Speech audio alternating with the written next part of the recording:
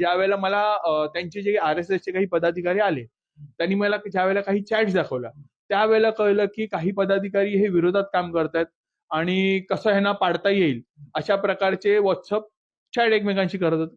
ठीक आहे, हे राजकारण असतं शेवटी. आज आपला पक्ष, आज भाजप पक्ष हा खिळखिळ्या करण्याचं काम हे लोक करत आहेत. खालचे कार्यकर्ते खूप चांगले आहेत, पण हे जे काही वरिष्ठ पदाधिकारी काही ह्या विधानसभेतले आहेत, हे अक्षरशः ह्या पदाधिकाऱ्यांचं खच्चीकरण करण्याचं काम करत आहेत. नमस्कार, माय महानगर लाईव्ह मध्ये मी वैभव पाटील आपलं स्वागत करतो. नुकताच मुंबई महापालिकेच्या निवडणुका पार पडल्या आणि या मुंबई महापालिकेच्या निवडणुकीमध्ये अनेक वॉर्ड असे होते ज्याकडे चुरशीची लढत होती, त्याकडे सर्वांचं लक्ष लागलेलं होतं. स्वतः मुख्यमंत्री देवेंद्र फडणवीस असतील, उपमुख्यमंत्री एकनाथ शिंदे असतील, यांच्यासह विरोधी पक्षात असलेल्या शिवसेना उद्धव बाळासाहेब ठाकरे आणि महाराष्ट्र नवनिर्माण सेना अशा सगळ्याच पक्षाचं लक्ष लागलेलं होतं. त्यापैकी एक वॉर्ड म्हणजे मुंबई महापालिकेचा 194 क्रमांकाचा वॉर्ड, ज्याच्यामध्ये शिवसेनेकडून समाधान सरवणकर आणि शिवसेना उद्धव बाळासाहेब ठाकरे पक्षाकडून निशिकांत शिंदे अशी लढत झाली. यामध्ये ठाकरे गटाचे उमेदवार म्हणजे निशिकांत शिंदे यांचा विजय झाला. आपल्यासोबत बातचीत करण्यासाठी त्याचे विरोधी म्हणजे आपण पाहतो शिवसेनेमधील जे उमेदवार होते आणि माजी नगरसेवक समाधान सरवणकर आहेत, त्यांच्याशी आपण बातचीत करणार आहोत. समाधानजी, नेमकं काय घडलं? पराभवाची कारणं काय? आज पराभवाची कारणं म्हणजे आज खरं तर मी माझ्या मतदारांचा आभार मानेन की एवढं ज्या काही गोष्टी घडत होत्या, आज 5-5 आमदार माझ्यासमोर, आपण सर्वांनी सभा बघितली असेल, 5-5 आमदार प्रत्येक ठिकाणी फिरत होते, पक्षप्रमुखांची मुलं फिरत होते. शेवटच्या दिवशी उद्धव साहेब स्वतः माझ्या प्रभागामध्ये आज गाडीने फिरत होते, प्रत्येक मतदार केंद्रावरती भेट देत होते. त्यानंतर रश्मी वहिनी असून देत, शर्मिला ठाकरे असून देत, ह्या सर्व एका वॉर्डसाठी एवढ्या इच्छुक ज्या प्रकारे आज त्या फिरत होत्या, एवढं असून देखील आज माझ्या मतदारांनी 100% माझ्या पाठीशी उभे राहिले आणि कुठेतरी 500 मतं कमी पडले. पण ठीक आहे, जे होतं राजकारण आहे. शेवटी येणाऱ्या काळात अजून जोरात आम्ही भरारी घेऊ आणि येणाऱ्या काळात आम्ही 100% निवडून येऊ. तुम्ही म्हणत आहात मतदारांनी साथ दिली, मग साथ नेमकी कोणी दिली नाही तुम्हाला? या सगळ्यामध्ये कारण काय? नाही, मतदारांनी साथ दिली, बाकी राजकारण असतं. आज युती होती त्यांची. युतीमध्ये आपण बघायला गेला असाल तर बेरीज आज विधानसभेच्या हिशोबाने आज त्यांनी माझी सीट ही किमान त्यांनी 5 ते 6 हजार मतांनी जिंकायला हवी होती. ती फक्त 500 मतांनी आज ते लोक जिंकलेत. त्याच्यामुळे जी काही त्यांची मतं होती ती सुद्धा एकमेकांना पडली नाही. त्यातली अनेक मतंही मला पडलेत. या रिझल्टवरनं दिसून येतंय. त्याच्यामुळे मतदारांनी 100% साथ दिली. कुठेतरी आमच्यातच काही गोष्टी कमी राहिल्या असतील आणि त्याच्यामुळे 500 मतं आम्हाला कमी पडली. तुमची महायुती होती, मात्र महायुतीकडून एकत्र 2 पक्ष लढत असताना दुसऱ्या पक्षाशी तुम्हाला साथ मिळाली नाही. काही प्रमाणात मिळाली, काही प्रमाणात नाही मिळाली.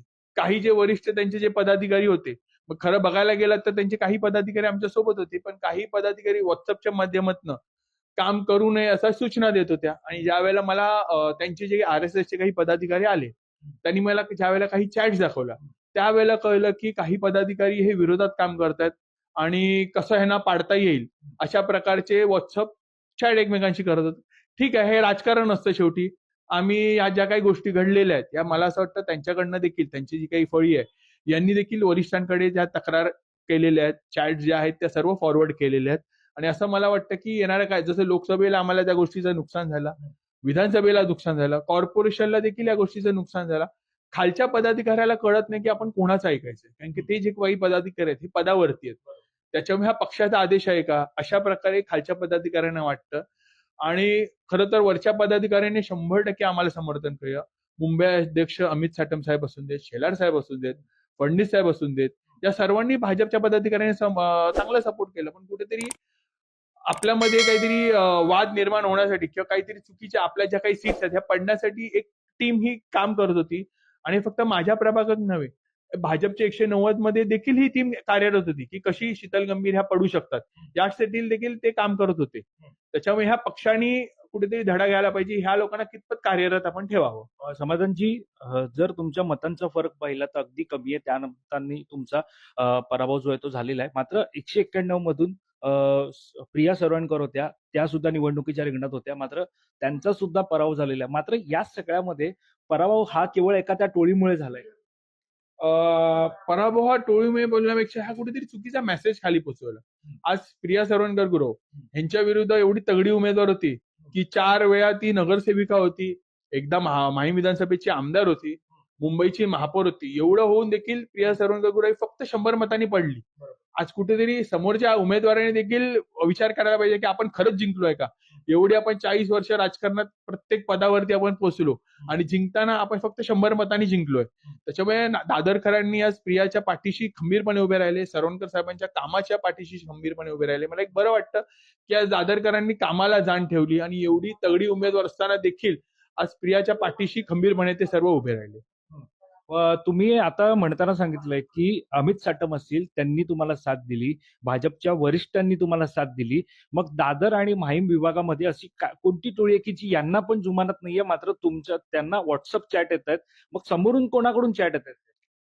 एक चॅट मी बघितलेलं की त्या टोळीला असं त्यांचा एक वरिष्ठ त्यांच्या पदाधिकारी सांगतात की आपल्याला अपने को सामने से पैसा आया हुआ है, सामने का काम करने का है और इन लोगों को गिराने का है.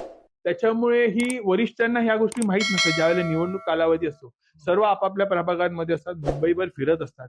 त्याच्यामुळे त्या लोकांना हे माहित नसतं. लोकसभेला सुद्धा हेच झालेलं. लोकसभेला सुद्धा काही वाद घालण्यात आलेले, विधानसभेला देखील हेच झालेलं.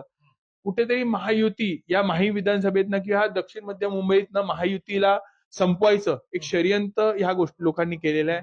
मला असं वाटतं की आज येणाऱ्या काळात लोकसभेची निवडणूक देखील 3-4 वर्षांनी आपल्याला लागेल. त्यावेळेला आपल्याला मोदीजींचे हात भक्कम करण्यासाठी ह्या प्रभागातून आपला खासदार येणं देखील गरजेचं आहे.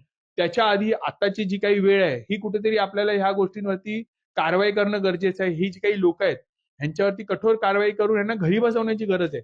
आज आपला पक्ष, आज भाजप पक्ष हा खिळखिळा करण्याचं काम हे लोक करत आहेत. खालचे कार्यकर्ते खूप चांगले आहेत, पण हे जे काही वरिष्ठ पदाधिकारी काही ह्या विधानसभेतले आहेत हे अक्षरशः ह्या पदाधिकाऱ्यांचं खच्चीकरण करण्याचं काम करत आहेत. समाधानजी, तुम्ही आता म्हणताना म्हटलं की आपला पक्ष भाजप खिळखिळी करण्याचा प्रयत्न करतं, नेमका अर्थ काय घ्यायचा?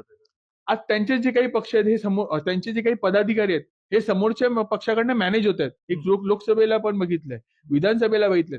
खालचा जो काम करणारा व्यक्ती आहे ह्याला कळत नाही आपण काय करतो, आपल्याकडे काय आदेश आहेत. त्यांना असं वाटतं की हे पक्षाचे आदेश आहेत, पण तो पक्षाचा आदेश नसतो. हा वैयक्तिक स्वार्थासाठी काही लोक ही काम करतायत. त्याच्यामुळे हे कळणं गरजेचं आहे आणि मला असं वाटतं की ह्या सर्व गोष्टी त्यांच्याच म्हणजे असं त्यांच्याच सर्व्हेमधनं त्यांच्याच पदाधिकाऱ्यांना, भाजपच्या सर्व्हे, खरंच त्यांची टीम खूप स्ट्रॉंग असते. त्यांनी त्यांचा सर्व्हे केलेला आणि ह्या सर्व गोष्टी त्यांनी त्यांच्या वरिष्ठांपर्यंत पोहोचवलेल्या आहेत की कशा प्रकारे आपले सर्व उमेदवार महायुतीचे पाडण्यासाठी ही जी काही टीम होती ही कशा प्रकारे काम करत होती आणि त्याच्यावरती मला असं वाटतं लवकरच कारवाई होईल. समोरचे पक्ष म्हणजे कोणावरती तुमच्या? समोरचा पक्ष नव्हे, समोरचे काही पदाधिकारी. कोणावरती? जे काही पदाधिकारी बघा, इकडे कोणाला मला नाव घ्यायचं नाही, पण ज्या काही गोष्टी आहेत या RSSच्या माध्यमातून मला कळलेल्या आहेत. त्यांच्याकडे हा सर्व रेकॉर्ड आहेत, त्यांच्याकडे चॅट्स आहेत. माझ्याकडे जेवढे चॅट्स आहेत तेवढे त्यांच्याकडे रेकॉर्डिंग आहेत, सगळ्या गोष्टी आहेत. आणि या सर्व गोष्टी ह्या त्या लवकरात लवकर सीएम साहेबांपर्यंत ते पोहोचवतील. समोरच्या पक्षाकडून मॅनेज होतात असं सुद्धा तुम्ही म्हटलं, तर ते पक्ष कुठले? ज्या वेळेला विरोधात ह्यावेळेला कोण होतं, उभाटा होती, मनसे होतं. 192 मध्ये मनसेकडनं. भाजप तर त्यांचे विरोधी असताना त्यांच्याकडनं मॅनेज होत. मी भाजप मॅनेज होते असं बोलत नाही, मी काही पदाधिकारी मॅनेज होतात आणि ते पदाधिकारी खाली मेसेज फॉरवर्ड करतात. अशा प्रकारे बोलतो. भाजप हे कधीही मॅनेज होणारा पक्ष नाही. भाजप ही काम करणारा पक्ष आहे. त्यांचं कॅडर आहे हे कधी पैशासाठी विकलं जाणारं कॅडर नसतं. हे देशप्रेमासाठी काम करतात, असे हा भाजप पक्ष आहेत. पण त्याच्यात काही लोक जी आलेली आहेत हे कुठेतरी खुळखुळा करण्याचं काम करत आहेत. खरं तर सरवणकर हे नाव दादर माहीम प्रभादेवीमध्ये गेल्या अनेक वर्षांपासून राजकारणात आहे, ते पण शिवसेनेपासून राजकारणामध्ये आहे. मात्र एका टोळीमुळे जर दादरमध्ये सरवणकर नाव म्हणजे सरवणकर कुटुंबियांचं नाव जर पुसलं जात असेल तर त्याला जबाबदार कोण आहे? ही टोळी आहे. कारण तुम्ही ज्या प्रकारे म्हणतात की लोकसभेला फटका बसला, विधानसभेला फटका बसला, तर नगरसेवक, या संदर्भातलं लेखी पत्र फडणवीसांना देणार का? त्यांच्याकडे जाऊन तक्रार करणार का? शिंदे साहेबांकडे तुमचे पक्ष प्रमुख आहेत, त्यांच्याशी संपर्क साधून त्यांना तक्रार करणार? 100% आम्ही शिंदे साहेबांकडे या गोष्टीची तक्रार करू. फडणवीस साहेबांनी तर खरंच खूप पाठिंबा दिलाय महायुतीच्या सर्व आम्हाला उमेदवारांना, इकडे जेवढे उभे होते त्या सर्वांना त्यांनी पाठिंबा दिलाय. त्याच्यामुळे येणाऱ्या काळात ह्या ज्या काही गोष्टी आहेत ह्या आम्ही समोर कळू आणि जी काही कारवाई असेल ती त्यांच्यावर होईल अशी आम्हाला अपेक्षा आहे. फडणवीसांच्या मार्फत असतील किंवा मुंबई अध्यक्ष अमित साटम असतील त्यांच्याकडे तक्रार केल्यानंतर कारवाई होईल अशी अपेक्षा आहे. 100% येणाऱ्या काळात जर आपल्या सीट जर इथे जिंकणं गरजेचं असेल तर 100% कारवाई होईल. सध्या आपण पाहतोय बाळासाहेब ठाकरे यांच्या जन्मशताब्दी वर्ष सुरू आहे आणि महापौर पदाची चर्चा सुरू असताना अडीच वर्षाचं महापौर पदाची एकीकडे चर्चा आहे, तर शिवसेनेला सुद्धा महापौर पद मिळावं असं म्हटलं जातं. तुमची काय प्रतिक्रिया? मला असं वाटतं बाळासाहेबांच्या विचाराचं मुंबई महानगरपालिकेवरती महायुतीचं सरकार आलेलं आहे आणि येणारा जो महापौर आहे हा महायुतीचाच होणार हे 100% आम्हा सर्वांना खात्री आहे. आणि मुंबईमध्ये खरं आता येणाऱ्या काळात बदल घडेल. एका कुटुंबाचं राज्य नव्हे तर मुंबईकरांचं राज्य या महानगरपालिकेवरती येणाऱ्या काळात दिसेल. शेवटचा प्रश्न, यामध्ये दादर माहीम प्रभातीमध्ये सरवणकर नाव हे पुसायचं होतं अशी शपथ घेतली होती असे आमदार इकडचे म्हणत आहेत. जर नाव पुसायचं होतं तर 50,000 मतं ह्या माहीम विधानसभेमध्ये आता देखील पडली आहे सरवणकर साहेबांच्या कामावरती. त्याच्यामुळे कितपत कोणाला भाव द्यायचा किंवा कितपत त्यांचं योगदान असतं तर त्यांनी 190ची सीट निवडून आणली असती. त्यांचं योगदान शून्य आहे. इकडचे जे काही निवडून आलेले, हिरव्या मतांवरती निवडून आलेले जे काही आमदार आहेत त्यांचं योगदान शून्य आहे. त्याच्यामुळे जे मतदारांनी साथ दिली आहे, आज जर खरंच त्यांचं काम असतं तर दादर सारख्या प्रभागात त्यांची एवढी स्ट्रॉंग उमेदवार फक्त 100 मतांनी निवडून येतं, हे त्यांचं जर योगदान असेल तर त्यांच्या पक्षाने बघावं. नक्कीच धन्यवाद आमच्याशी बातचीत केल्यासंदर्भात. कॅमेरा पर्सन अवधेश कोरीसह वैभव पाटील, मुंबई.